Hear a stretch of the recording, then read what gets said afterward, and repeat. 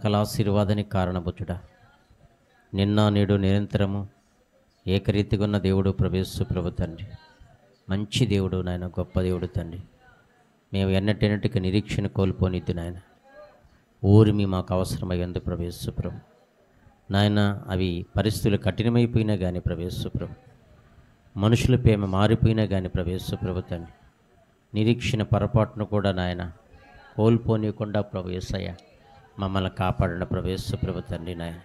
పరిస్థితులు దారుణంగా మారిపోయినా కానీ ప్రభు యేసయ్య నీ వైపు చూసేదానికి ప్రభు తండ్రి, నీ వైపు చూసేదానికి ప్రభు తండ్రి, మీరు మాకు సహాయం దయచేయండి తండ్రి. గొప్ప దేవుడు నాయన తండ్రి, మంచి దేవుడు నాయన. మాతోను మాట్లాడే దేవుడు ప్రభు, సూటిగా మాట్లాడుతావు నాయన, బహుస్పష్టంగా మాట్లాడుతావు నాయన. మమ్మల్ని అవసరమైతే గద్దిస్తావు ప్రభు, అవసరమైతే ఆదరిస్తావు ప్రభు, అవసరమైతే ధైర్యపరుస్తావు నన్ను ప్రభు తండ్రి. నీకు వందనాలు చెల్లిస్తున్నాను తండ్రి. సమస్త మహిమ ఘనత ప్రభావములు మీకు మాత్రం ఆరోపించుకుంటూ ప్రభు యేసు నామమున వేడుకుంటున్నాను పరమ తండ్రి. ఆమేన్, ఆమేన్. Praise lord.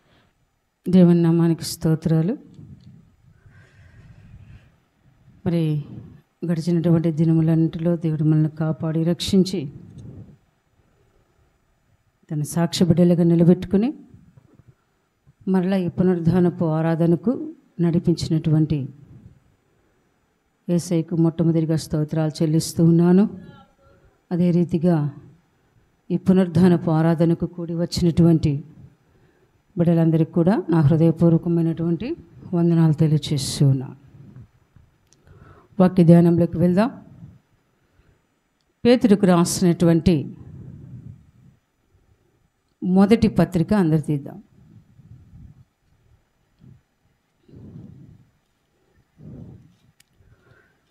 పేతురుకు రాసినటువంటి మొదటి పత్రిక 2వ అధ్యాయంలో ఈ దినమందు ఎక్కువగా ధ్యానించుకోవడం జరుగుతుంది. పేతురు రాసిన మొదటి పత్రిక 2వ అధ్యాయం 9వ వచనం చదువుకుందాం. అయితే మీరు చీకటిలో నుండి ఆశ్చర్యకరమైన తన వెలుగులోనికి మిమ్మల్ని పిలిచిన వాని గుణాతిశయములను ప్రచురము చేయు నిమిత్తము ఏర్పరచబడిన వంశమును, రాజులైన యాజక సమూహమును, పరిశుద్ధ జనమును, దేవుని సొత్తైన ప్రజలునై ఉన్నారు. ఆమేన్, హల్లెలూయా. ప్రియమైనటువంటి దేవుని బిడ్డలారా, మరి అపోస్తలుడైనటువంటి పేతురు తన యొక్క మొదటి పత్రికలో ఈ 2వ అధ్యాయంలో మరి 9వ వచనం మూలవాక్యంగా తీసుకొని ఆయన రాసినటువంటి ఈ పత్రికలో నుంచి మూలవాక్యాన్ని 9వ వచనంగా తీసుకున్నప్పుడు మరి దేవుడు నాతోనే కాదు కానీ మనందరితో ఆయన సూటిగా మాట్లాడుతున్నాడు. కారణం ఏంటంటే బైబిల్లో ఉన్నటువంటి వాక్యం అంతా కూడా అది దేవునిదే. అయితే ఒక్కొక్కసారి దేవుడు మనకి అవసరమైనటువంటి మాటలను అందిస్తూ ఉంటాడు. ఏ సమయంలో ఏ వాక్కులు కావాలో, ఏ మాటలు కావాలో దేవుడు మనకి అందిస్తూ ఉంటాడు. అయితే ఇక్కడ పేతురు భక్తుడు అంటూ ఉన్నాడు, లేదా అపొస్తలుడైన పేతురు పరిశుద్ధాత్మతో నింపబడిన వాడై ఆయన ఏమంటున్నాడంటే, మీరు చీకటిలో నుండి ఆశ్చర్యకరమైన తన వెలుగులోనికి మిమ్మల్ని పిలిచిన వాని గుణాతిశయములను ప్రచురము చేయు నిమిత్తము మీరు పిలువబడిన వారు అంటున్నాడండి. అంటే ఒకప్పుడు అందరి తలెత్తాలి. ఒకప్పుడు మనందరము ఎక్కడున్నటువంటి వారం అంటే చీకటిలో ఉన్నటువంటి వారు. అంటే చీకటి సంబంధమైనటువంటి కార్యములు మన యందు ఒకప్పుడు ఏలుబడి చేస్తూ ఉన్నాయి. కానీ మనకు అది తెలియదు. ఆ విషయము గ్రహించగలిగినటువంటి ఆ గ్రహింపు మనకు ఆ దినాలలో లేదు. అయితే దేవుడు మనల్ని రక్షించుకున్న తర్వాత వాక్యం అన్న వెలుగు యొద్దకు మనం వచ్చినప్పుడు దేవుడు మనకి బాగా జ్ఞాపకం చేయించేది ఏంటంటే క్రీస్తు పూర్వము, క్రీస్తు శకం. దేవునిలో లేనప్పుడు మన జీవితం ఎలా ఉంది, దేవునిలోనికి వచ్చిన తర్వాత అనగా రక్షణలోనికి వచ్చిన తర్వాత, రక్షించబడిన తర్వాత మన జీవితం ఎలా ఉందో పేతురు భక్తుని ద్వారా దేవుడు మనతో మాట్లాడుతూ ఉన్నాడు. అంటే ఎలాంటి వెలుగులోకి మనల్ని తీసుకొని వచ్చాడు అంటే ఆశ్చర్యకరమైనటువంటి వెలుగు అంట. ఆ వెలుగులోకి పిలిచాడు, వెలుగులోనికి మనకు వచ్చాం. అయితే ఇప్పుడు మనం చేయాల్సిన పని ఏంటి? అసలు చీకట్లో ఉన్నప్పుడు ఎలా ఉన్నాం అంటే అదే పేతురు పత్రికలో, మొదటి పేతురు పత్రికలో 2వ అధ్యాయం 1వ వచనం నుండి చూస్తే, ప్రభువు దయాళుడని మీరు రుచి చూచి ఉన్నెడలా సమస్తమైన దుష్టత్వమును, సమస్తమైన కపటమును, వేషధారణను, అసూయను, సమస్త దూషణ మాటలను మాని అంటున్నాడు. అంటే అర్థమైందంటే మనము చీకటిలో ఉన్నప్పుడు మన అందరిలో ఏలుబడి చేస్తున్నటువంటి ఈ గుణాలు ఇవి దేవునికి సంబంధించినటువంటి గుణాలు కాదు. ఇది అపవాది యొక్క గుణములు, అపవాది యొక్క సరుకు. ఇదంతా కూడా మనలో ఏలుబడి చేస్తూ ఉందంట. ఎప్పుడంటే చీకటిలో ఉన్నప్పుడు, పాపంలో ఉన్నప్పుడు ఇవన్నీ కూడా మనలో ఏలుబడి చేస్తూ ఉన్నాయి. దుష్టత్వంతో అంట మన హృదయము నింపబడిపోయిందంట. దుష్టుడు అనగా అపవాది, అపవాది సంబంధమైనటువంటి లక్షణాలతో ఒకప్పుడు మన జీవితము కొనసాగుతూ ఉంది. ప్రియమైన దేవుని బిడ్డ, వ్యక్తిగతంగా నిన్ను నీవు ఒక్కసారి పరీక్షించి పరిశీలించుకో. నిజంగా దేవుని యొక్క వాక్యపు వెలుగులోనికి రాక మునుపు మన ప్రవర్తన వేరు, మన యొక్క జీవితంలో ఉన్నటువంటి ఆశయాలు వేరు. మన హృదయము ఎలా ఉందంటే కపటముతో నిండిపోయింది. అదే కపటముకు కేంద్ర బిందువు ఏదంటే హృదయం అంట. మన హృదయము మత్సరంతో నిండిపోయింది. ఒక రకంగా చెప్పాలి అంటే మన జీవితం ఎలా ఉందంటే చీకటితో నింపబడిపోయింది. అటువంటి మన జీవితాలను ఆయన ఏం చేశాడంటే వెలుగులోకి తీసుకుని వచ్చాడు. అయితే మనం చేయాల్సిన పని ఏంటి? ఆయన యొక్క గుణములను, గుణాతిశయమును ఏం చేయాలంటే మనం ప్రచురపరచాలి. అందు నిమిత్తమే ప్రభువు మనల్ని ఏర్పాటు చేసుకున్నాడు. అంత మాత్రమే కాదు కానీ దైవవాక్యం సెలవిస్తుంది, మనము ఎవరము అంటే ఏర్పరచబడిన వంశము, రాజులైన యాజక సమూహము. ఆమెన్, హల్లెలూయా. ఎవరమంట మనం? రాజులమండి. కొంతమందిని నోరు కదిలించండి, వాళ్ళు ఎండి, ఇంకా అది, ఇంకా ఆ కులం, ఇంకా ఈ మతం, మాది అది ఇది అని చెప్తుంటారండి. ఇది ప్రభువుని ఎరిగిన తర్వాత మనమంతా ఒకటి అంటారు. కొంతమంది ఏం చేస్తారంటే కొన్ని ప్రాంతాలకు వెళ్ళినప్పుడు మీది ఏంటి, ఏ కులం అంటారండి. జరిగే వాస్తవాలు. అయ్యా నేను పలానా అంటే, అయితే మీరు మా వాళ్ళేనండి అంటే మిగతా వాళ్ళు మనోళ్ళు కదా. ఆ నైజం చూడండి అలా పనిచేస్తూ ఉంది. అయితే ప్రియమైన దేవుని బిడ్డ, నీవు రక్షణలోనికి వచ్చిన తర్వాత నీవు ఎవరు అంటే రాజుల వంశమునకు సంబంధించిన బిడ్డవు. ఆమేన్, హల్లెలూయా. మన దేవుడు రాజులకు రాజు అంట ఆయన, ప్రభువులకు ఆయన బిడ్డలం మనం. కాబట్టి ఆయన అంటున్నాడు, ఏర్పరచబడిన వంశం మీది. చిన్న చితక వంశం కాదు. మనం ఏమనుకుంటాం అంటే భూలోక సంబంధంగా ఆలోచిస్తాం. మేము కొద్ది మందేనండి. ఎంతమంది? కొద్ది మందేనండి, మాకు ఎక్కువ బంధువులు లేరండి అంటామా లేదా? ఆలోచన వస్తుంది, ఎవరికైనా వస్తుంది, నాకైనా వస్తుంది.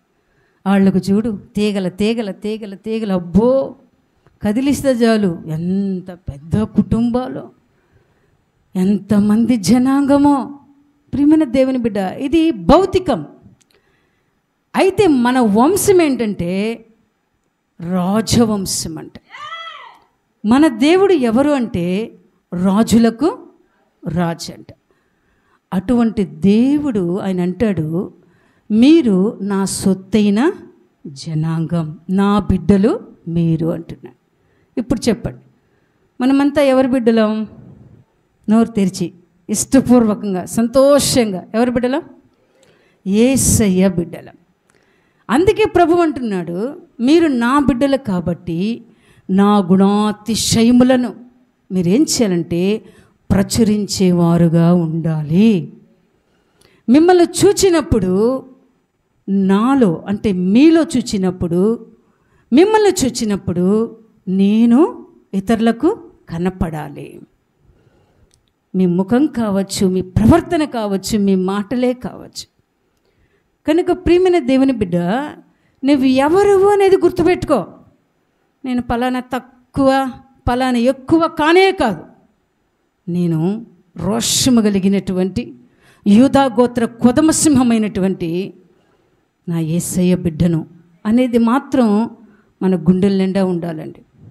అది మర్చిపోకూడదు ఎప్పుడు. అందుకే ప్రభు అంటున్నాడు తన వాక్కు ద్వారా, మీరు రాజులైన యాజక సమూహము అంటున్నాడండి. మనము యాజకులమంట. కేవలము సేవ చేసేటువంటి పాస్టర్ గారు, పాస్టర్ వాళ్ళు మాత్రమే కాదు యాజకులు. రక్షించబడిన ప్రతి బిడ్డ కూడా యాజకుడు, యాజకురాలంట. ఎందుకంటే ప్రధాన యాజకుడైన క్రీస్తు మీలో నివసిస్తూ ఉన్నాడు, మాలో నివసిస్తూ ఉన్నాడు. అయితే మనం ఏం చేయాలంటే ఆ యాజక ధర్మాన్ని కొనసాగించాలి, అనేకుల కొరకు విజ్ఞాపన చేయాలి. అది మన బాధ్యత. దేవుని కొరకు అనేక మందిని మనం ఏం చేయాలంటే సంపాదించాలి. అది మన యొక్క బాధ్యత.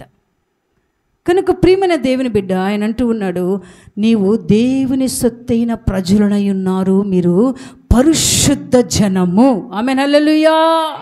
ఏ జనం అంట? మనం పరిశుద్ధులమంటండి. కొంతమంది చెప్పలేరు, అయ్యా నేను పాపినయ్యా. ఎప్పుడు రక్షించబడి 10 సంవత్సరాలైనా కూడా మొట్టమొదటిగా దేవుని దగ్గరికి వచ్చినప్పుడు ఖచ్చితంగా ప్రతి వ్యక్తి కూడా పాపంతో నిండుకునే వస్తాడు దేవుడి దగ్గరికి. అప్పుడు పాపులమే. నువ్వెప్పుడైతే మొట్టమొదటిగా దేవుని వాక్కుని విన్నప్పుడు మారు మనసు పొందాలన్న ఆశ కలిగినప్పుడు అప్పుడు చేస్తాం ఆ ప్రార్థన. ఏమని? నేను పాపిని ప్రభువా, నీ రక్తంతో కడుగు స్వామి. తండ్రి, నీకును నాకును అడ్డుగోడగా ఉన్నటువంటి జన్మ పాపం, కర్మ పాపము నుండి నాకు విడుదల దయచేయి ప్రభువా, నేను పాపినయ్యా అంటామండి. వాస్తవం అది. అయితే నువ్వు రక్షించబడిన మీదట, అనగా దేవుని రక్తము చేత కడగబడిన మీదట, దేవుని వాక్కు చేత నింపబడిన మీదట, పరిశుద్ధమైనటువంటి బల్లారాధనలో పాలు పంపులు పొందుచున్న నీవు ఎవరివంటే పరిశుద్ధ జనము. ఆమేన్, హల్లెలూయా. నీవు పరిశుద్ధుడవు, పరిశుద్ధురాలువు. దేవుడి కంటికి నువ్వు కనిపిస్తూ ఉన్నావు.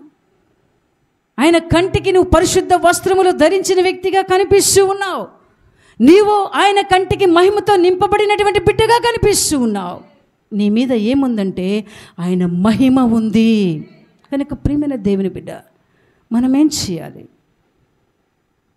దేనికోసం బ్రతకాలి? ఎవరి కోసం జీవించాలి? కుటుంబం కొరకు బ్రతకడం నిజమే, ఎందుకంటే దేవుడు మనకిచ్చిన బాధ్యత అది. భర్త, భార్య, బిడ్డలు, రక్త సంబంధికులు, అది ప్రభువు కల్పించినదే, ఎక్కడి నుంచో రాలేదండి. అయితే దానితో పాటుగా మనం ఏం చేయాలంటే ఆత్మ సంబంధమైనటువంటి బాధ్యత కలిగి ఉండాలి. దేవుని యొక్క గుణాలతో నింపబడాలి, సుగుణాలతో నింపబడాలి. ప్రియమైన దేవుని బిడ్డ, వాక్యపు లోతుల్లోకి వెళ్ళకముందు కొన్ని మాటలు పంచుకుంటాను. మాటలంటే ఇప్పుడు చెప్పిన దేవుని మాటలు, కొంత సాక్ష్యాన్ని. గడిచినటువంటి ఆదివారం ఈ మాటలు కుమారి అసిస్టెంట్ ఇంటికాడ కూడా చెప్పాను నేను మొన్న. గడిచిన ఆదివారం మరి పాస్టర్ గారు పాటూరులో, మామూలుగా అయితే ఇద్దరం కలిసి వస్తాం, ఆ రోజు త్వరగా వచ్చారు పాస్టర్ గారు. నేనేమనుకున్నానంటే ఇంకెట్లా వాక్యం ఎవరొకరు చెప్పాలి కదా, కాబట్టి నేను చెప్పాలి.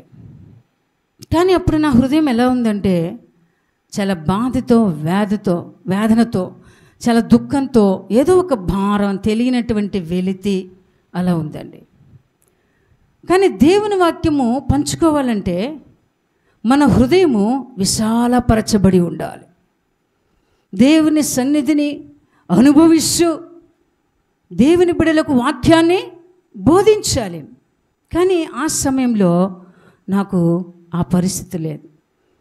వెళ్ళి కూర్చున్నాను ఆ వరండాలో, అక్కడ పాటూర్లట్టు కూర్చొని వాక్యం తీస్తూ ఉన్నాను. ఏం చెప్పాలి దేవా, నాకు ఆలోచన చెప్పు, నడిపింపివ్వు అని అడుగుతా ఉన్నా. అయితే నా యొక్క కనుదృష్టి, నా కన్నులు హెబ్రీలకు రాసినటువంటి పత్రిక తీయండి అందరు. హెబ్రీలకు రాసినటువంటి పత్రిక 10వ అధ్యాయం 32వ వచనం నుండి 39 వరకు, అనగా అక్కడి నుంచి చదవాలన్నటువంటి ఆ మనసు కలిగింది. కరెక్ట్గా నా కన్నులు అక్కడికి వెళ్ళి నిలిచాయి. అంటే అంతకుముందు ఏం జరిగిందంటే నా హృదయంలో కొన్ని ప్రశ్నలు ఉన్నాయండి. ఏమున్నాయి? ప్రశ్నలు ఉన్నాయి. ప్రశ్నార్థకమంగా నడుస్తూ ఉన్నా, వాక్యాన్ని ప్రకటిస్తూ ఉన్నాం, ప్రార్థన చేస్తూ ఉన్నాం. కానీ నాలో కొన్ని ప్రశ్నలు నిలిచిపోయి ఉన్నాయి. కానీ సహజంగా మనలో ఉన్న ప్రశ్నకు జవాబు ఏదో ఒక వాక్యము ద్వారా దేవుడు ఖచ్చితంగా మనకి సమాధానం ఇస్తూ ఉంటాడు. అది వాస్తవం, ఖచ్చితం. కానీ ఆశ్చర్యకరుడైనటువంటి దేవుడు నాలో ఎన్ని ప్రశ్నలైతే ఉన్నాయో, ఇది నాకు ఆశ్చర్యం అనిపించిందండి నిజంగా. దేవుడు అప్పుడు ఆయన నిజంగా ఎంత అనంత జ్ఞాన స్వరూపుడబ్బా అని మరలా తలంచుకున్నాను నేను. నాలో చాలా ప్రశ్నలు ఉన్నాయి. అయితే ప్రశ్నలన్నిటికీ జవాబు ఒకే అధ్యాయంలో, 10వ అధ్యాయంలో 32వ వచనం నుండి 39 వరకు దేవుడు నాతో సూటిగా మాట్లాడుతున్నాడండి. నాకు అర్థమవుతుంది దేవుడు నాతో స్పష్టంగా, అంటే ఇన్ని రోజులు మాట్లాడలేదంటే మాట్లాడుతున్నాడు. కానీ ఆ అనుభవం వేరు, ఈ అనుభవం వేరండి. ఒక్కొక్కసారి దేవుడు తన వాక్కు చేత మనతో మాట్లాడుతూ ఉన్నప్పుడు మనతోనే మాట్లాడుతున్నటువంటి గొప్ప ఆత్మీయ అనుభవం మనకు కలుగుతుంది. అలా దేవుడు మనతో మాట్లాడుతూ ఉన్నప్పుడు హృదయంలో ఎంతో ఆనందం, ఎంతో సంతోషం, ఎంతో భారము తొలగిపోయినట్లుగా అనిపిస్తుందండి. నేను ఆ వాక్కు చదువుతూ ఉంటే నాకు ఎంత ఆనందం కలుగుతూ ఉంది. నాలో ఉన్న ప్రశ్నలు ఏంటో, ఆ ప్రశ్నలు జవాబేంటో కూడా చూడండి. ఇక్కడేముంది, 32వ వచనం చదువుతా చూడండి. హెబ్రీయులకు రాసిన పత్రిక 10వ అధ్యాయం 32 నుండి. అయితే మీరు వెలిగింపబడిన మీదట శ్రమలతో కూడిన గొప్ప పోరాటము సహించిన పూర్వపు దినములు జ్ఞాపకము తెచ్చుకొనుడి. ఆమేన్, హల్లెలూయా. ఇది మొదటి ప్రశ్న నాలో ఉండిందండి. ప్రభువా, నీకోసం యథార్థంగా పరిగెత్తుచూ ఉన్నా, ప్రతి విషయంలో మీ ఆలోచన అడుగుతూ ఉన్నాం. ఎంత బాధ కలిగినా, ఎంత వేదన కలిగినా నీ సన్నిధిలోనే మేము నీళ్ల వల్లే మా హృదయాన్ని కృమ్మరించుకుంటున్నాం. ఇతరులతో చెప్పడానికి ఇష్టపడటం లేదు. ఏంటి ప్రభువా ఈ పోరాటం, ఏంటి ప్రభువా ఈ శ్రమలు అని నాలో ఒక చెప్పాలి ప్రశ్న. అంటే బ్రతికేది నీకోసమే కదా, పరిగెత్తేది నీకోసమే కదా, సంపూర్ణంగా నీ కొరికే బ్రతకాలని నీ పిలుపొందుకనే కదా ప్రభు సేవలోకి వచ్చావు. ఏంటి ప్రతి క్షణం లోపట వెలుపుట ఏమంటాడు పౌలు?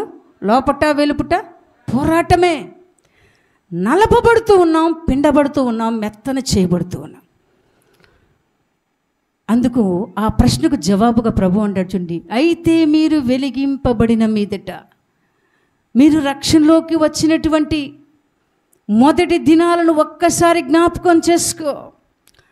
అలనాడు ఎంత శ్రమలు పడ్డారో, ఎన్ని పోరాటాలు వచ్చాయో, ఎంతగా ఆత్మీయుల ద్వారా, రక్త సంబంధికుల ద్వారా, అన్ని జనాంగము ద్వారా, ఇరుగు పొరుగు ద్వారా ఎన్నో పోరాటములు, శ్రమలు అనుభవించినటువంటి పూర్వదినాలు ఒక్కసారి నువ్వు జ్ఞాపకం చేసుకో.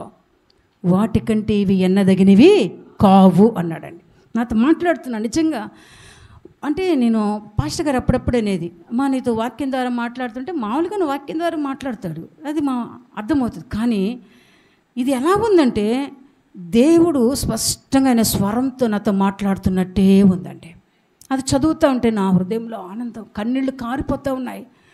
ఎక్కడ లేని సంతోషం, ఆనందం. నా దేవుడు నాతో మాట్లాడుతున్నాడు, అదే ఆనందం. నా దేవుడు నాతో మాట్లాడుతున్నాడు, నా ప్రశ్నకైనా జవాబు చెప్తూ ఉన్నాడు. రెండోది చూడండి, ఒక విధముగా చూచితే మీరు నిందలను బాధలను అనుభవించుట చేత 10 మందిలో ఆరడి పడితిరి. మరి ఒక విధముగా చూచితే వాటిని అనుభవించిన వారితో పాలివారులైతిరి. ఆమేన్, హల్లెలూయా. నేను అనుకునేది ఏంటి ప్రభా, మాతో ఏమో బాగానే ఉంటారు, చాలా ప్రేమగా పలుకుతారు, కానీ మేము లేనప్పుడు ఎన్ని చెప్పుకుంటారో ప్రభా. నాకు అన్నీ తెలుస్తాయండి. అంటే నేనేమంటే భూత భవిష్యత్తు వర్తమాన కాలాలు చూడను, ఏదో ఒక రీతిగా ఆ విషయం నా చెవులకి వచ్చేస్తుంది. ఒక్కొక్కసారి నేనే విని కూడా ఏం చేస్తాను అంటే విన్నట్టుగా, అసలు నేను వినలేదు అన్నట్టుగా కామ్గా ఉంటాను. అందుకే ప్రభు అంటున్నాడు, నువ్వు నిందించబడుతూ ఉన్నావు, మీరు నిందించబడుతూ ఉన్నారు, బాధలు అనుభవిస్తూ ఉన్నారు.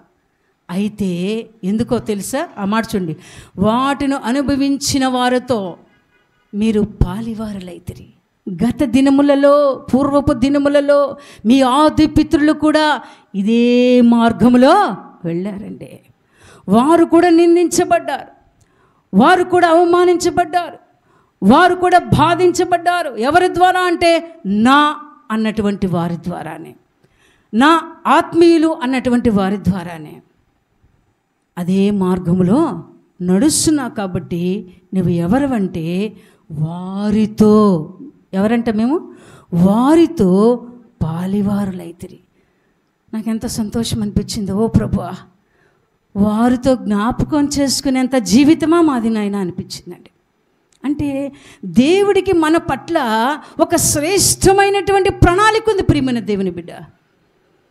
అది నెరవేర్చబడాలంటే మనము నిశ్చయంగా మన పితరులు నడిచిన మార్గంలోనే నడవాలి. అందుకే నువ్వు నిందించబడుతున్నావు, వాక్యము నిమిత్తం అందుకే శ్రమ పడుతూ ఉన్నావు. కనుక నీవు ఎవరు అంటే, మీరు ఎవరు అంటే పూర్వపు దినాలలో వాళ్ళు ఎవరైతే ఈ మార్గములో నడిచారో వారితో మీరు పాలిభాగస్తులు అంటున్నాడండి. అంటే నాకు అలాగే అర్థమవుతుంది చదువుతూ ఉంటే. తర్వాత చూడండి ఏం రాశాడు, ఎలాగనగా మీరు ఖైదులో ఉన్న వారిని కరుణించి మీకు మరి శ్రేష్టమైనది స్థిరమైనదైన స్వాస్యమున్నదని ఎరిగి మీ ఆస్తి కోల్పోవటకు సంతోషముగా ఒప్పుకుంటారు. ఆమెను హల్లెలూయా. ఇందులో 2 ప్రశ్నలకు జవాబు దొరికింది నాకు. నేను దేవుని మామూలుగా అంటే ప్రభా, ఎవరైనా బాధపడుతుంటే చూడలేము నాయనా, ఎవరైనా ఏదైనా చెప్తే దాని గురించి ఆలోచించి వాళ్ళ కోసం ప్రార్థన చేస్తాం. వాళ్ళ దగ్గర లేదు అంటే, ఇక్కడ మాకేం ఎక్కువ కాదు, మా దగ్గర ఏం లేకపోయినా ఏం చేస్తాము, ఉన్న దాంట్లోనే వాళ్ళు బాధపడుతుంటే అక్కడికి తీసుకెళ్ళి వాళ్ళకి ఇచ్చేసి వస్తుంటాం. అంటే కరుణ అన్నటువంటి స్వభావాన్ని మాలో పెట్టాం. అయితే నాకు కలిగే లాభం ఏంటయ్యా? ఇంకొక పదం అక్కడ అన్నాడు చూడండి, ఏ పదం అంటే ఆస్తి కోల్పోవుటకు సంతోషముగా చెప్పాలి ఒప్పుకుంటుంది. ఈ ప్రశ్న ఉండిందండి నాలో. ఎందుకంటే నేను ఎక్కడ నిలబడి ఉన్నాను? దేవుని సన్నిధిలో ఉన్నా. ఈ ప్రశ్న నాలో ఉంది. అయ్యా, నా స్వార్థం కోసం నేను చాలాసార్లు వ్యక్తిగతంగా అలా ప్రార్థన చేసుకునేదాన్ని.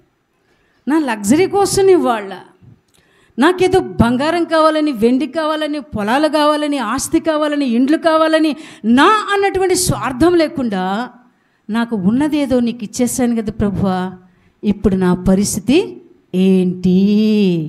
ఎవరికి వచ్చింది ప్రశ్న బైబిల్లో? అపోస్తలులు ఎవరికి వచ్చింది? పేతురుకు వచ్చింది. ఆమెను హల్లెలూయా. పేతురు అంటాడు కదండి, ఏంటి ప్రభువా నన్ను వెంబడించమన్నావు, అన్నీ వదిలేసాను, నా వృత్తిని వదిలేసాను, ఆస్తిపాస్తులను వదిలేసాను, అన్నదమ్ములు వదిలేసాను, అక్కచెల్లెలను వదిలేసాను, తల్లిని వదిలేసాను, అందరినీ వదిలేసా, ఏంటయ్యా నాకు లాభం అన్నాడండి. ఈ ప్రశ్న నా గుండెల్లో ఉంది. అంటే ఎన్నోసార్లు వాక్యం చదువుతున్నాం, వాక్యం వింటూ ఉన్నాం, కానీ ఆ ప్రశ్నకు దేవుడు నాతో సూటిగా మాట్లాడితే నాకు నెమ్మదైపోతుంది అనమాట. అది దేవుడికి తెలుసు ఆ విషయం. ఆ ప్రశ్న వచ్చిందండి, నాకేంటయ్యా లాభం అంటే, చూడండి అక్కడ ఎంత చక్కగా చెప్పాడు. మీకు మరీ శ్రేష్టమైనదియు స్థిరమైనదియునైన స్వాస్యం ఉన్నదని ఎరిగి. ఏముందంటే మనకి స్థిరమైన స్వాస్యం ఎక్కడుంది? ఆమేన్ హల్లెలూయా. పరమందు ఉంది. పరమ యెరూషలేం పట్టణం అనేక నివాసములు కడుతూ ఉన్నా ప్రియమైన దేవుని బిడ్డ. నా కోసం ఇక్కడ నువ్వేం కోల్పోయావు? కొంత ఆస్తి కోల్పోయావు. అయితే నీ కోసం నేను సమృద్ధికరమైనటువంటి ఆస్తిని నేను అక్కడ సమకూరుస్తూ నా ధననిధిలో ఉంది. ప్రియమైన దేవుని బిడ్డ, ఆ మాట నాతో మాట్లాడుతూ ఉంటే నాకు ఆనందం పొంగిపోతుంది. ఓ ప్రభువా, అంటే నాకు తెలియకుండానే నేనేం చేస్తున్నా అంటే సమకూర్చుకుంటున్నా పరలోక సంబంధమైన ఐశ్వర్యము. అక్కడ నా కోసం ఏం చేస్తూ ఉన్నాం, మా కోసం ఏం చేస్తూ ఉన్నామంటే సమకూర్చుకుంటూ ఉన్నా. దేవుడు నాతో మాట్లాడుతున్నాడండి, వాక్యం ద్వారా మాట్లాడుతూ ఉన్నాడు. చూడండి, స్వాస్యమున్నది స్థిరమైనది, స్వాస్యమున్నదని ఎరిగి, శ్రేష్టమైనది ఉందని ఎరిగి మీ ఆస్తి కోల్పోవటకు సంతోషంగా ఒప్పుకుంటే కనుక మీరేం చేయాలంటే మీ ధైర్యమును విడిచిపెట్టకుడి. ఆమేన్ హల్లెలూయా. ఏం విడిచిపెట్టకూడదంటే ధైర్యాన్ని విడిచిపెట్టకూడదు. ఈ పరుగు పందెంలో నువ్వు ధైర్యాన్ని విడిచిపెట్టవాక, ఏదో ఆలోచిస్తూ దిగులు పడవాక, చింతతో నీ హృదయాన్ని నింపుకోవాక, సమస్తము చొచ్చుచున్నవాడును నేను. కాబట్టి నువ్వేం చేయాలి, మీరేం చేయాలంటే ధైర్యాన్ని విడిచిపెట్టద్దు. అపవాది ఎక్కడ మనకి దెబ్బ కొడుతుందంటే పిరికోళ్ళుగా చేయడానికి ధైర్యం అన్నటువంటి ఆత్మను చల్లార్చేస్తుందండి. ఈరోజు ప్రియమైన దేవుని బిడ్డ, మీరు కానీ మేము కానీ ఏదైనా అధైర్యకరమైన పరిస్థితులు ఉంటే దేవుడు అంటూ ఉన్నాడు, మీ ధైర్యాన్ని విడిచిపెట్టకండి. ఎందుకని? ధైర్యపరిచే దేవుడు మనకు ఉన్నాడు, సజీవుడు, సజీవమైన రాయి అంట ఆయన. కాబట్టి ప్రియమైన దేవుని బిడ్డ, ప్రభు అంటూ ఉన్నాడు, ప్రతిఫలముగా మీకేం కలుగుతుందంటే, చదవండి ఏం కలుగుతుందంట. కాబట్టి ధైర్యం విడిచిపెట్టుకుడి, దానికి ప్రతిఫలముగా గొప్ప బహుమానము కలుగును. ఏం కలుగుతుందంట? గొప్ప బహుమానం. చిన్నది కూడా కాదు, మామూలుది కాదండి, సాధారణమైనది కాదంట, విలువైనది. గొప్ప బహుమానం కలుగుతుందమ్మా. ఎందుకు తల్లి నీ హృదయంలో ఇంత బాధ పెట్టుకొని ముఖం మార్చుకొని చింగిలించుకొని వెళ్తున్నావు? వెళ్ళాల్సిన అవసరమే లేదు. దేవుడు మాట్లాడుతున్నాడు ప్రియమంది. చూడండి, చివరిగా చూద్దాం. కాబట్టి మీరు దేవుని చిత్తమును నెరవేర్చిన వారై, ఇప్పుడు ఏం చేయాలంటే మీరు ఇవన్నీ పక్కన పెట్టేసి నా చిత్తం ఏంటో అది చేసుకుంటా నువ్వు వెళ్ళు అని చెప్పాడండి. ఇంకొక ప్రశ్న ఏంటంటే, ప్రభువా నువ్వు చాలా వాగ్దానాలు చేసావు మా పట్ల. ఏం చేసావు? ప్రవచన వాక్కు ద్వారా చెప్పావు, దర్శనాల ద్వారా చూపించావు, దేవుని వాక్యం ద్వారా మాట్లాడావు, అన్నీ చెప్పావు. ఇంకా ఏంటి ప్రభు ఆలస్యం? ఈ ప్రశ్న అలాలో ఉందండి. ప్రశ్న ఉంది, లేకుండా లేదు. ఆ ప్రశ్నకు జవాబుగా దేవుడు ఏమంటున్నాడంటే, వాగ్దానము పొందు నిమిత్తము మీకు ఓరిమి అవసరమై ఉన్నది. ఏం కావాలంట? ఓర్పు కావాలమ్మా నీకు తల్లి అంటున్నాడు. ఓర్పు కావాలి బిడ్డ, ఓర్పు కావాలి. సహించు, ఓర్చుకో. రైట్ టైం వచ్చినప్పుడు వాటి వాటి క్రమము చొప్పున సమస్తమును నేను నెరవేర్చుకుంటూ వెళ్తాను అన్నాడండి. అంటే ప్రియమైన దేవుని బిడ్డ, ఇంకా ఎలా ఉంటుందండి ఆ మాటలు? ఎంత శక్తి కలిగిన మాటలు, ఎంత మధురమైన మాటలు. అందుకే ఇప్పుడు అంతకుముందు నేను దిగులు పడిపోయి కుప్పగూలిపోయేది. ఇప్పుడేం చేశాను, ఏమన్నా చెప్పిన పాస్టర్ గారు ఏం కాదు, వెళ్తూ ఉంటాం మరి, ఏం కాదు దేవుడు ఉన్నాడు, ఏం కాదు మార్గము సరళం చేస్తాడు దేవుడు. కారణం ఏంటంటే ఆయన వాక్కులో ఉన్న శక్తి. కాబట్టి ప్రియమైన దేవుని బిడ్డ ఆయన అంటున్నాడు ఏం కావాలంటే మనకి ఓర్పు కావాలంటే. సహజంగా మనం ఎలా ఉంటామంటే అప్పటికప్పుడు జరిగిపోవాలి అంతే. ప్రభు వారం లోపల జరిగిపోవాలి, 10 రోజులు, నెల, సంవత్సరం లోపల జరిగిపోవాలి. కానీ ప్రభువుకు తెలుసండి కాలములు సమయములు తండ్రి వశములో ఉన్నవంట.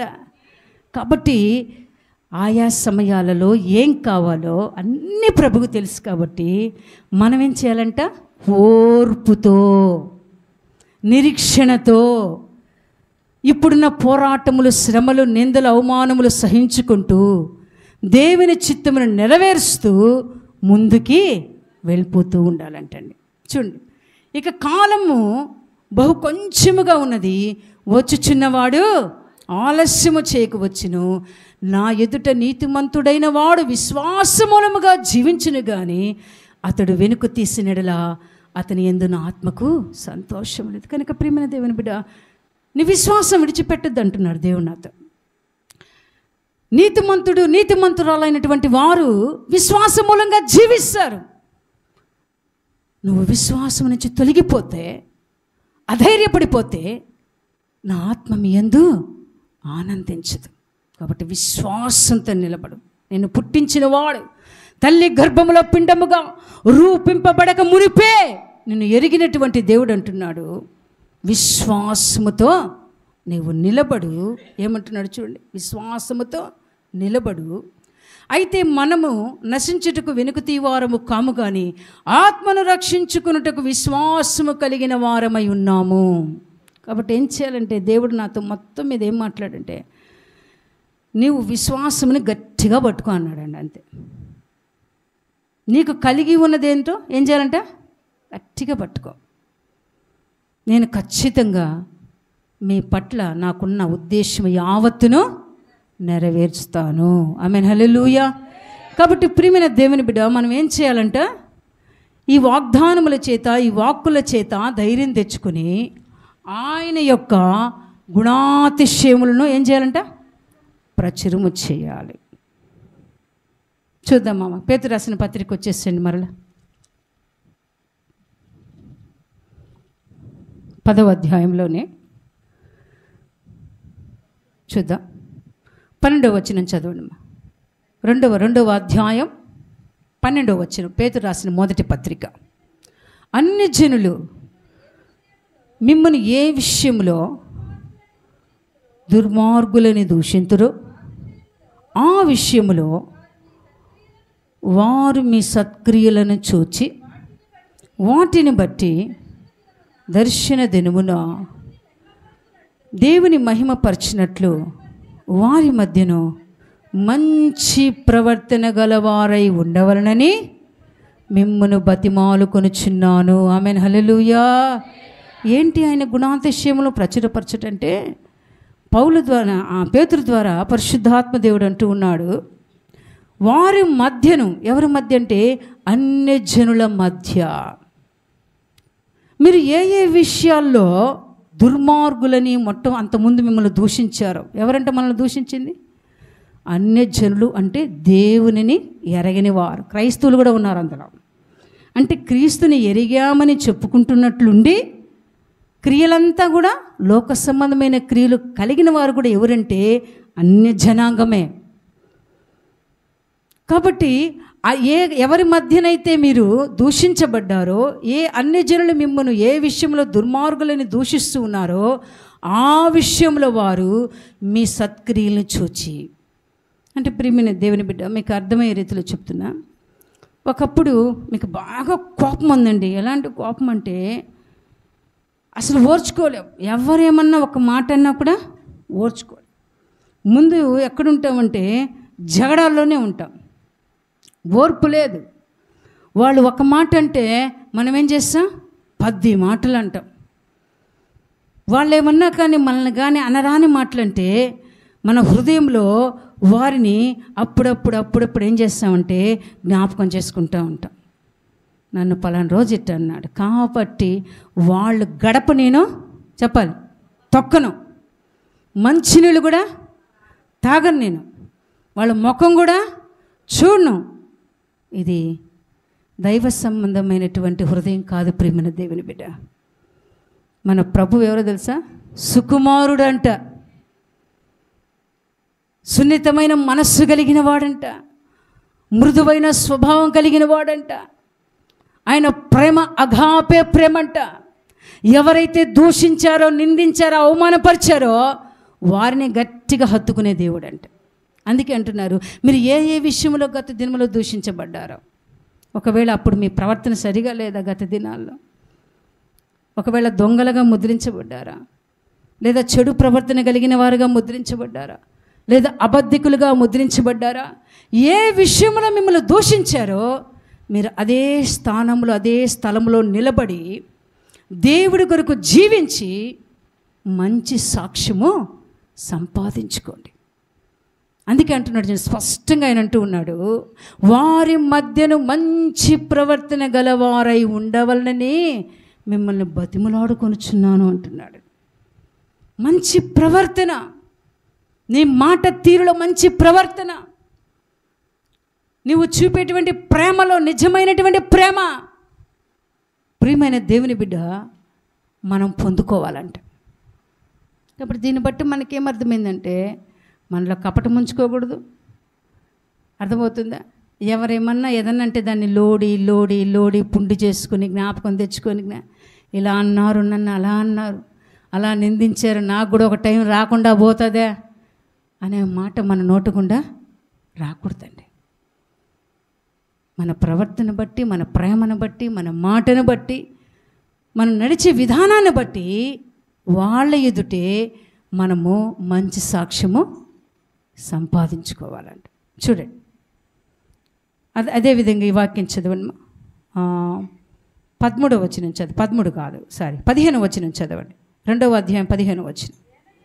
ఏలయనగా మీరిట్లు యుక్త ప్రవర్తన గలవారై అజ్ఞానముగా మాటలాడు మూర్ఖుల నోరు మూయుట దేవుని చిత్తము. ఆమేన్, హల్లెలూయా. యుక్త ప్రవర్తన గలవారై, కింద చూడండి ఫుట్నోట్లు ఏమిచ్చారు, మేలు చేయువారై. అంటే అనేక మంది మనకి ఎదురుపడుతూ ఉంటారండి. మనల్ని దూషించే వాళ్ళు కావచ్చు, లేదా దేవుని వాక్యాన్ని వ్యతిరేకిస్తూ మనతో మరి తర్కానికి దిగేవాళ్ళు కూడా కావచ్చు.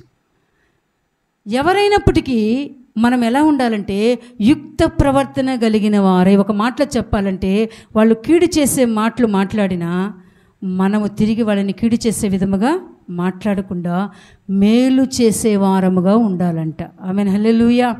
చేస్తామండి, మనం చేస్తామా? మనకు మనమే, మేము కూడా సేవకులంగా మేము కూడా చేస్తామా లేదా అనేది ప్రశ్నించుకోవాలి.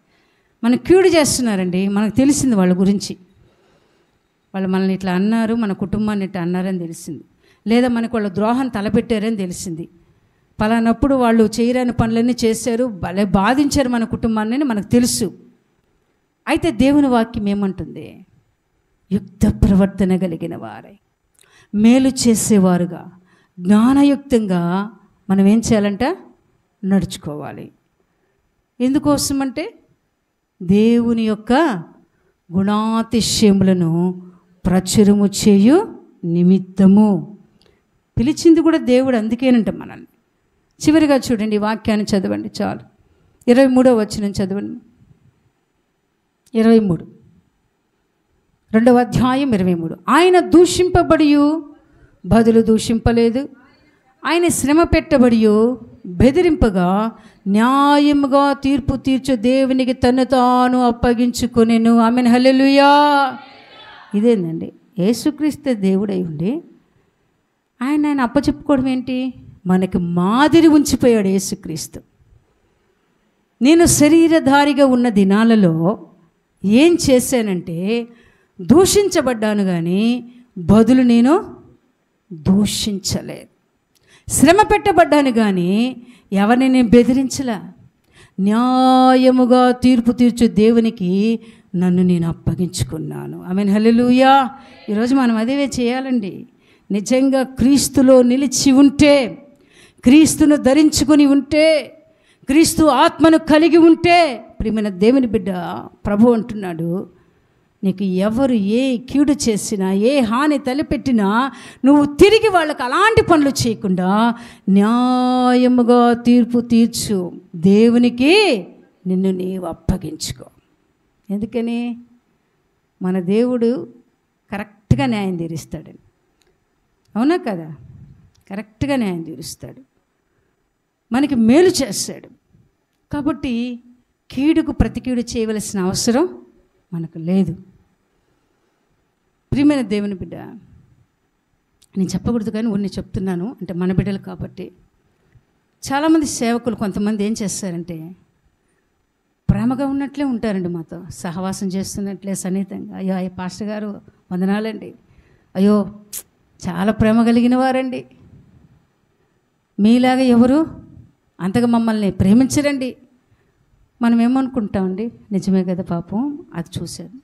వాస్తవం ఉన్నా కూడా మరలా ఏం చేస్తారంటే, పందికొక్కు తెలుసు కదా, ఎక్కడ లొడబెట్టాలో, ఎక్కడ గొంతులు దవ్వాలో, ఎక్కడ కలుగు చేసి రంధ్రం చేసి దాంట్లో దూరిపోవాలో అలాంటి అబద్ధముతో నిండినటువంటి వారు అందరూ కాదు. ప్రియమైన దేవుని బిడ్డ, దేవుడి కొరకు శ్రమపడే సేవకులు చాలామంది ఉన్నారు. వారి కుటుంబాలు దేవునికి సమర్పించుకుని దేవుని వాక్యం కోసం బ్రతికి ఆయన కొరికే నిద్రించినటువంటి జనాంగం ఎంతోమంది ఉన్నారు. వాళ్ళందరికీ కూడా ధన్యవాదాలు.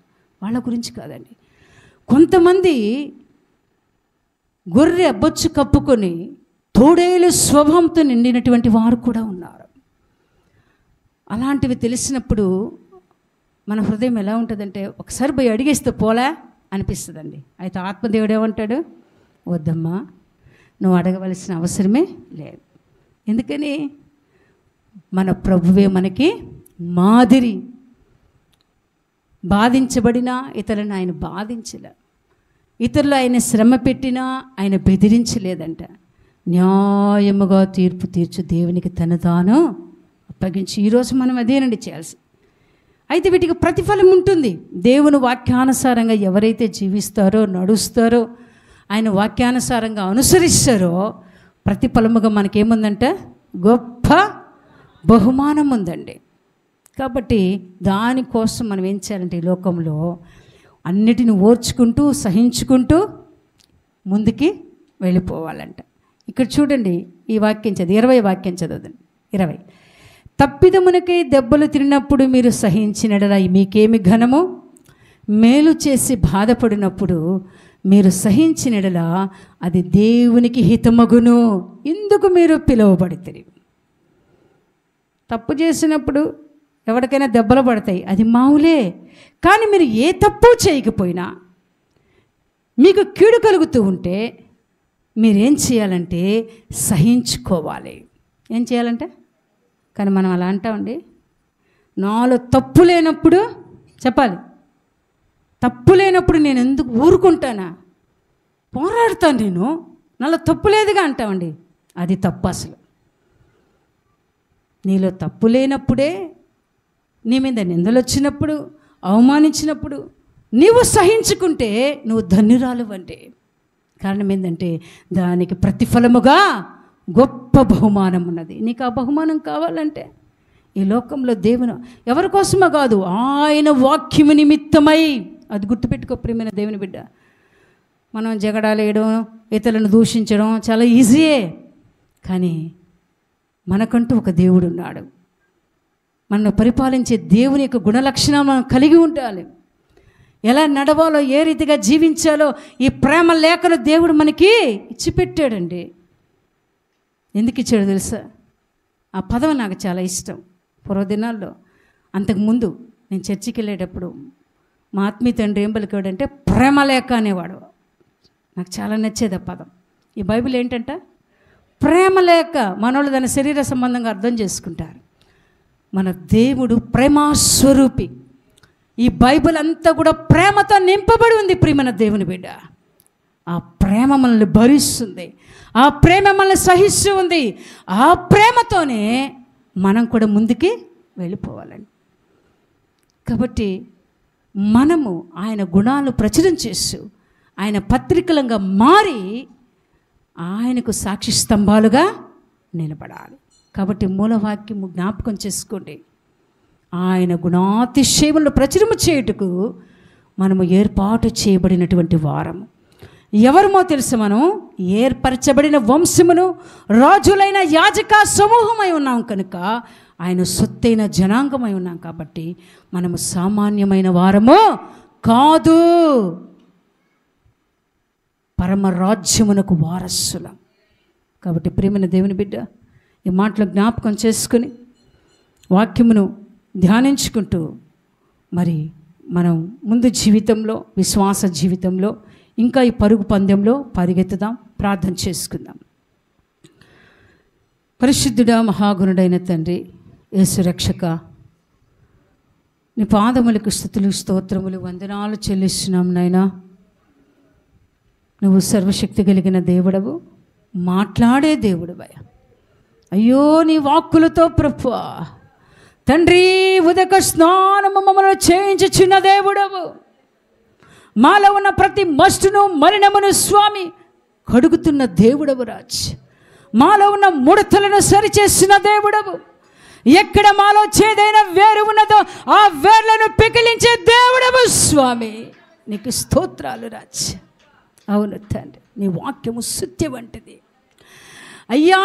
యేసు రక్షక బండలను బద్దలు చేసే శుద్ధ ప్రభువా, అది దహించు అగ్ని ప్రభువా, నా రక్షకుడా. అందుకే అంటున్నా, నేను చాకలేనివా అని సుబ్బు వంటి వాడిని అంటున్నావు ప్రభా. అయ్యా, మా మరకలను, అయ్యా మాలో ఉన్నటువంటి ప్రతి మాలిన్యమును శుభ్రం చేసేటువంటిది నీ వాక్యము ప్రభా. నీ వాక్యమని అర్థం ఎదుటికి వచ్చున్నాం. మా నోట ప్రభువా ఇతరులను నిందించే మాటలు వద్దు ప్రభువా. ఇతరులను బాధ పెట్టేవారుగా, ఇతరుల గురించి మాట్లాడుకునేవారముగా, ఇతరులను తులనాడేవారముగా, ఇతరులను చిన్న చూపు చూచేవారముగా ఉండక, నా దేవుడు మాకు మాదిరిగా ఉన్నాడని తలంచుకొని ఏ రీతిగానైనా మీరు దీన మనస్సు కలిగి, ప్రేమ కలిగి నా ప్రభువా ఈ లోకములో స్వామి జీవించారు. ఆ రీతిగా జీవించాలని ఆశపడుతున్నాము నాయన.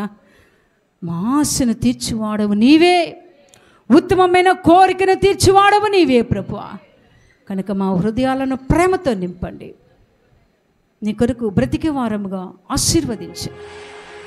కూడి ఉన్నటువంటి బిడ్డల్లో ఎవరైనా స్వామి బిడ్డల అంతరంగాలలో తెలియనటువంటి ఒక బాధ, నాకే ఎందుకు ఇలా జరుగుతుంది, మా కుటుంబమే ఎందుకు ఇలా ఉంది, అయ్యో ఇటువంటి ప్రశ్నలు కలుగుచ్చాయి వాడు అపవాది ప్రభువా. అయితే మీరు అంచునా మీకు గొప్ప బహుమానం ఉన్నదే కనుక అదే విషయంలో బెదరక జడయక ధైర్యముగా ముందుకు వెళ్ళమని ప్రభువా నీ వాక్యము సెలవిస్తుంది ప్రభువా. నిన్ను బట్టి ధైర్యం తెచ్చుకునే కృపను దయచి, మిమ్మల్ని బట్టి యేసయ్యా ధైర్యం తెచ్చుకునే కృపను దయచి, నిశ్చయముగా మీరు మా పట్ల ఉన్న ఉద్దేశము సంపూర్ణముగా నెరవేర్చగలిగిన దేవుడవు ప్రభువా. అయ్యా నువ్వు మేలే తలుసావయ్యా, కీడు తలంచే దేవుడవు కావు ప్రభువా, మేలు చేసే దేవుడవు కదనైనా.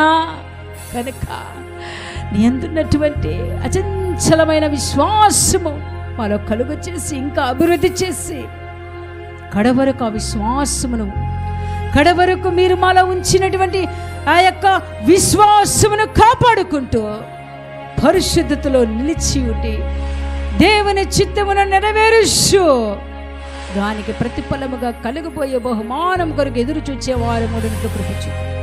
నిందలకు అవమానములకు బెదరక స్వామి, మమ్మల్ని మేము తండ్రి నాయన తక్కువ వారుగా ఎంచుకొనక మేము రాజులైన యాజక సమూహమని, ఏర్పరచబడిన వంశమని, స్థిరమైన శ్రేష్టమైన స్వాస్యం మాకు ఉన్నదని ఎరిగి ప్రభువా సంతోషముగా ముందుకు సాగే కృపను దయచి. అవునయ్యా, నాతో వాక్కు ద్వారా మాట్లాడిన దేవుడువు కదయ్యా, నీ బిడ్డలతో కూడా మీరు మాట్లాడే దేవుడువయ్యా. మీ బిడ్డలయ్యా, మీ సొత్తయ్యా, అన్య జనాంగము నుంచి పిలిచిన దేవుడవు రాజా. పరిశుద్ధుడానికి స్తోత్రం. ఎప్పటికీ మీ బిడ్డలు మీరు మర్చిపోరు ప్రభువా. మీ బిడ్డలను మీ కౌగిలిలో దాచుకోండి, మీ గుండెల మీద హత్తుకోండి అయ్యా, మీ భుజాల మీద మోయండి స్వామి, మీ అరచేతిలో చిక్కుకోండి, మీ చేతి నీడలో దాచుకోండి అయ్యా. ఆ రీతిగా బిడ్డల కుటుంబాలను, వారి వారి సంతతిని, వంశావళిని దీవించి ఆశీర్వదించి ఫలభరితముగా మార్చి మీ నామానికి మహిమ తెచ్చుకోమని వందనాలు చెల్లిస్తూ ఘనత, మహిమ, ప్రభావములు మీరు పొందుకోమని ప్రతి విషయంలో మీరు మాకు తోడై ఉండమని మిమ్మల్ని స్తుతిస్తూ మహింపరుస్తూ నజరుడైన యేసుక్రీస్తు నామమున ప్రార్థించి అడిగి వేడుకొనుచున్నాను నా ప్రియ పరలోకపు తండ్రి. ఆమేన్, ఆమేన్, హల్లెలూయా.